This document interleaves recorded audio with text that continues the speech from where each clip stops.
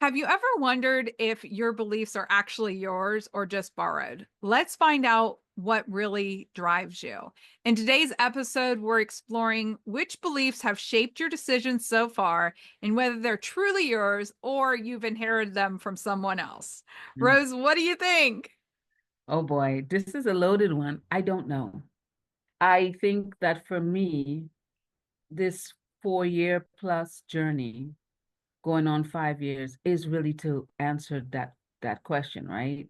Which ones did I take on for myself, and which ones was I just born given, as a child, as a young adult, etc. And for me, I actually approach it differently. So I approach it as though everything was given to me, and then I now have to sift through those belief systems, those values, what I call my pillars, and see what they are.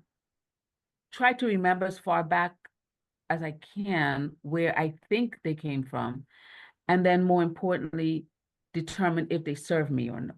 Serve me, and in what ways, right? I may get rid of them, I may keep it, I may modify it.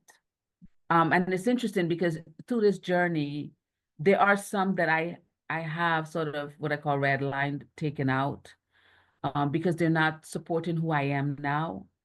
So I think that instead of trying to figure out, did I inherit, did I create them as agreements for myself, or were they handed to me? I just assumed they were handed to me. And I just am going through sort of like a closet and picking up each garment and holding it up to the light and making the decision about, does it serve me? That's the question, right?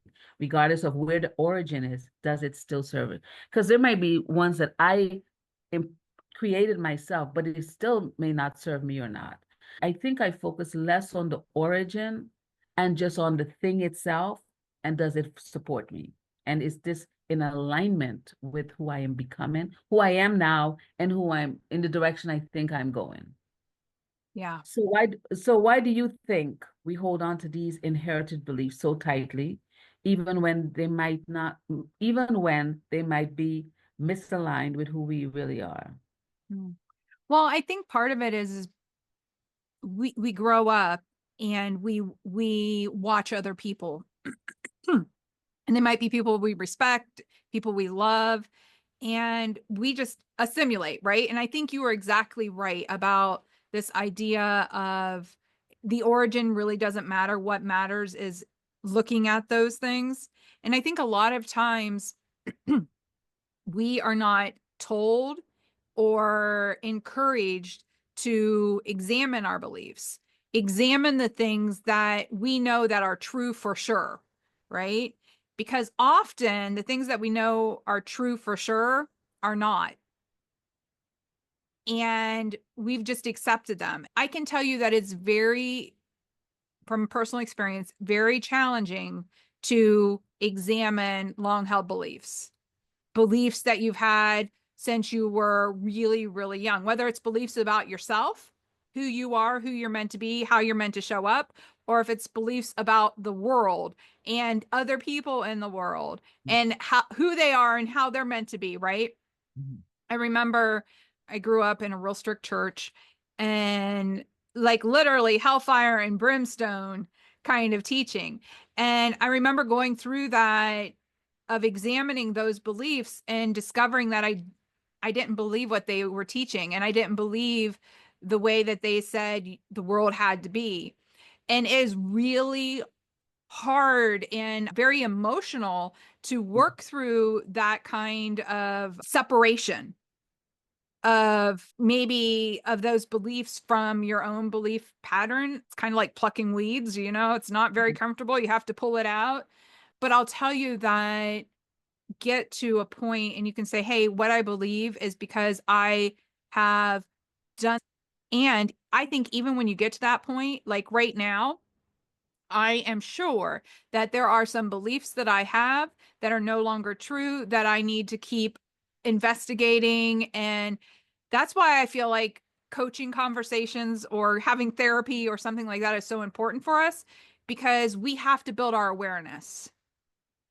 And I think, I mean, to add on to that, I think that for me, when I have sort of started sort of like unpacking and putting things up to the light, there's this dual feeling of betrayal. Oh, yeah. And I think that for me, part of the difficulty at the beginning was that feeling that, if I said that a long held belief I have from childhood that was instituted in me no longer supports me, then somehow I am betraying my family, betraying my origins, betraying, my legacy in essence, and that I'm getting rid of something that I shouldn't. And so there's a lot of betrayal feelings about that, because, and I think that that's why a lot of people don't, because then it's sort of like, well, okay, what we taught you wasn't good enough. Are you saying that we hindered you, and there's all these things that then you feel like you're sort of like on a defense. And I think that that scares people oftentimes from undergoing the journey. But I think to what you were saying is that the most important thing is to undergo the journey in your own way. It doesn't even have to be a public journey. You don't even have to say, hey, I'm sort of exploring these things.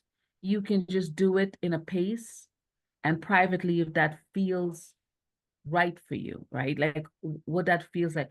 But I think the most important thing is that you're asking the question. Oh, yeah. Yeah.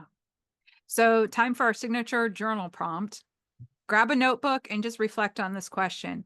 What major beliefs have shaped my life decisions so far? And do I feel like these beliefs are genuinely mine, or did I inherit them from someone else?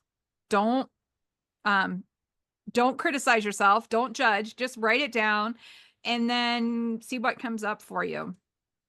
And a bonus exercise, pick one core belief, and it might be like, I must always be productive, or I should never ask for help. And then ask yourself, where did I first learn this?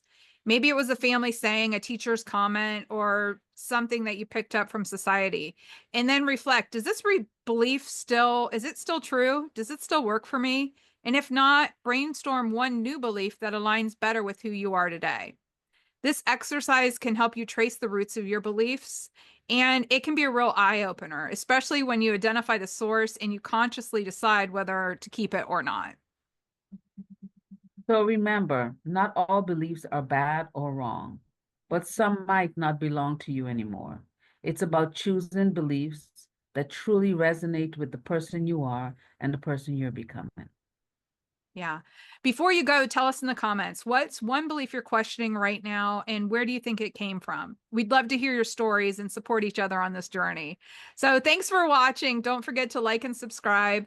And until next time, remember, once you recognize which beliefs are truly yours, you can make decisions that reflect your genuine purpose and values.